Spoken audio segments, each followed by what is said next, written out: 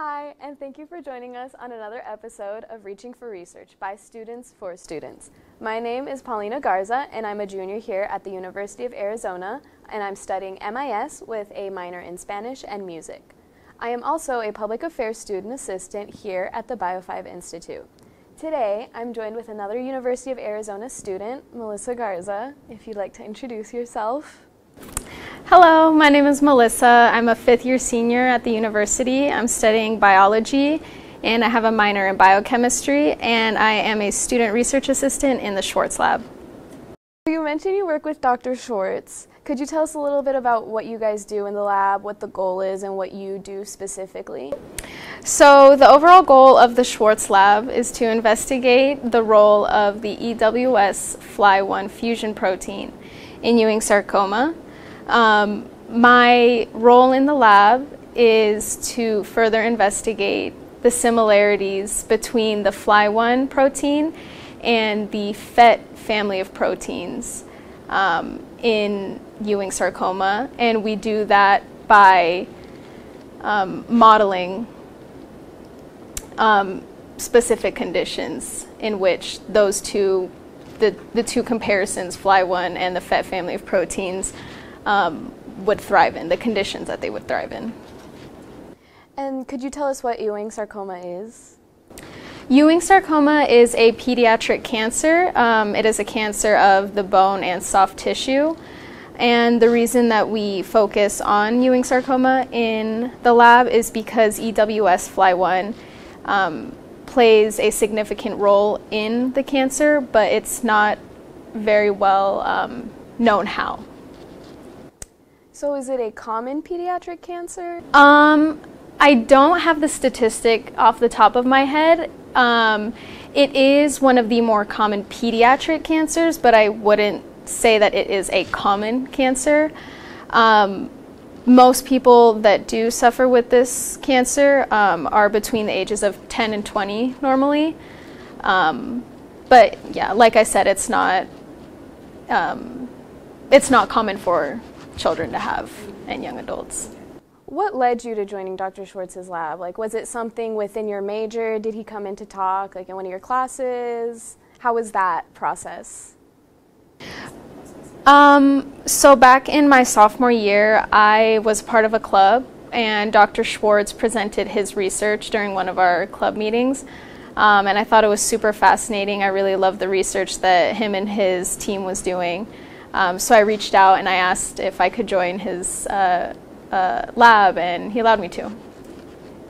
So you're talking about how you don't think you're gonna take necessarily a very traditional path going through your education, and you said you want to try grad school before you go into med school. Can you tell us a little bit more about that plan and what you think of maybe you're gonna do after med school, whether you want to be a surgeon, physician, what profession you want to go into, something like that?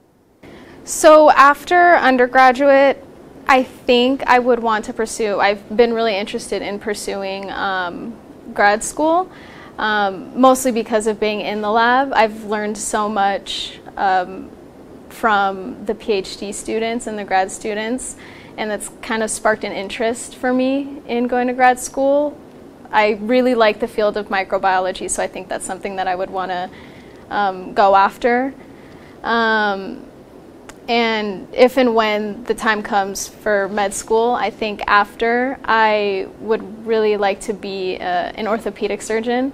I shadowed an orthopedic surgeon a couple summers ago, and I really loved working with him. It was super interesting. I mean, his work day was super cool for me, so I think that's what I would want to do. When you got to shadow that doctor, did you get to do anything hands-on, or was it more just like watch and learn?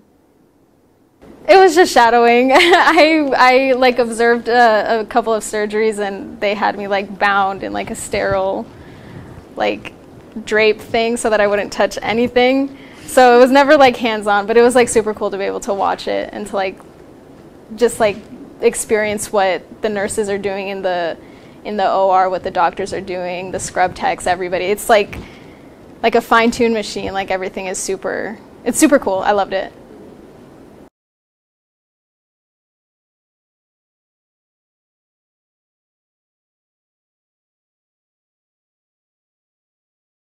Things like that? I would say a passion of mine would be just being outside. I don't know if that's like a passion, but I really enjoy being outside. I mean, being in Tucson, hiking, is great. Just being in the pool, doing picnics, just really being outside, getting the sun, or even when it rains, is like my favorite thing.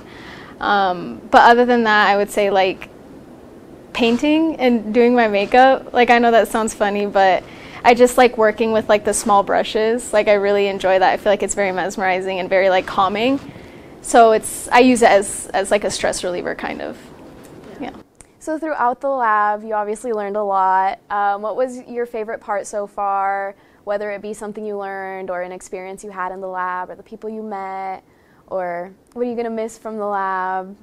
Something like that. My favorite part, I haven't thought a lot about that. But I guess it sounds cheesy, but I guess my favorite part is like just getting to interact with like the other undergrads and the grad students, the PhDs, our lab manager, and even Dr. Schwartz. Like, everyone is super easygoing, super fun to be around. So it's just like an overall great experience being there. Apart from like learning and doing research itself, it's super positive. It's a great environment and I really like it. And I have one more question for you. If you could say something to your 16-year-old self now that you're in your 20s, what advice would you give her? What would you tell her just in general? I would say to my 16-year-old self, don't compare yourself to your